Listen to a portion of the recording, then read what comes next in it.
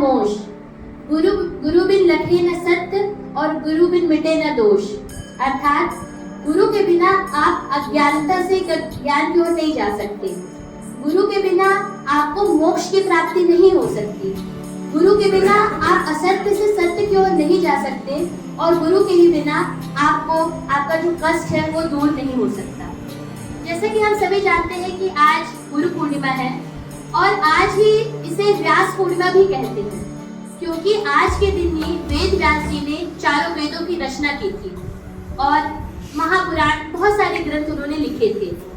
कहा जाता है कि एक बार वो बहुत हट करने लगे अपनी माता से कि मुझे भगवान को देखना है, तो उन्होंने बोला कि ठीक है, तुम वन चले जाओ और जब तुम्हें अगर घर की याद आए तुम आ जाना।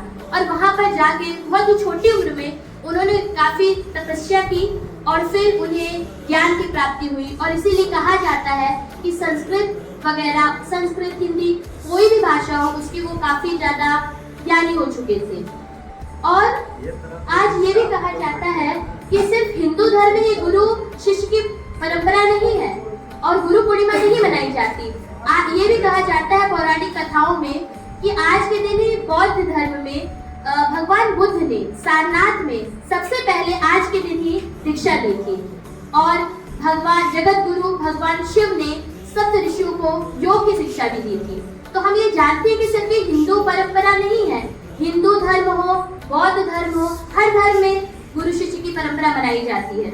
और सिर्फ ये भारत की बात नहीं है, नेपाल हो, भूटान हो, नेपाल के दिन में ही आज के दिन को शिक्षक दिवस के रूप में मनाया जाता है। अब मैं आप लोग का ज्यादा समय नहीं लूंगी, बस एक छोटी सी चीज ये कह रही हूँ कि अगर हम प्रैक्टिकली देखें तो क्या जो पहले गुरु शिष्य परंपरा थी क्या वो आज भी है? क्या लगता है बच्चों?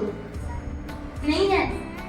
तो इसका जवाब आपको ही देना है कि ऐसा क्यों नहीं है।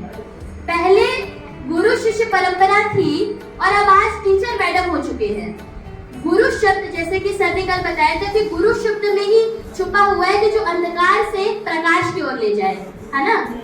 पहले के समय में लोग, जितने भी राजा महाराजा, सब अपने बच्चों को गुरुकुल में भेजा करते थे। उपनिषद की जब रचना हुई तो उपनिषद का अर्थ ही ये है कि गुरु के समीप बैठकर उनसे ज्ञान लेना।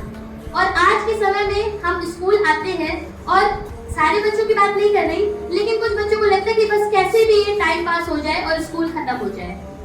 लेकिन आज के समय में ना शिष्यों को शिक्षा लेने का इतना मन है और ये है कि बस ये हो रहा है कि हाँ ठीक है, आज के समय जैसे हमने मैकाले पद्धति जैसे अपना ली है और अंग्रेजी शिक्षा की बात हम करते हैं, लेकिन उससे गुरु शिष्य की परंपरा में बहुत ही ज्यादा अंतर आ गया है।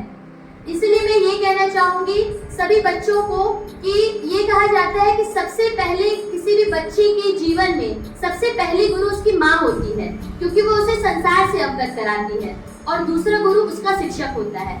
और शिक्षक वो नहीं होता जो सिर्फ हमें अकादमिक ज्ञान देता है, गुरु कोई भी हो सकता है आपके पूरे जीवन में, जिसने आपको कोई एक भी अच्छी चीज सिखाई हो, जिसने आपको सत्य और असत्य के बीच अंतर बताया हो, अनुचित और उचित के बीच में अंतर बताया हो, वो आपका गुरु हो सकता है। गुरु सिर्फ वो नहीं है जो आपको शिक्षा स्कूल में शिक्षा देता है, एक छोटा बच्चा भी आपका गुरु बन सकता है अगर आप उससे कुछ सीखे। तो मैं बस यही कहना चाहूंगी बच्चों से कि गुरुओं का आदर कीजिए। आपको वो कभी भी, कोई भी गुरु अपने बच्चों का अहित नहीं चाहता है। आप लोगों ने सबने विकास दिव्य कीर्ति का नाम सुना होगा, सुना है कि नहीं?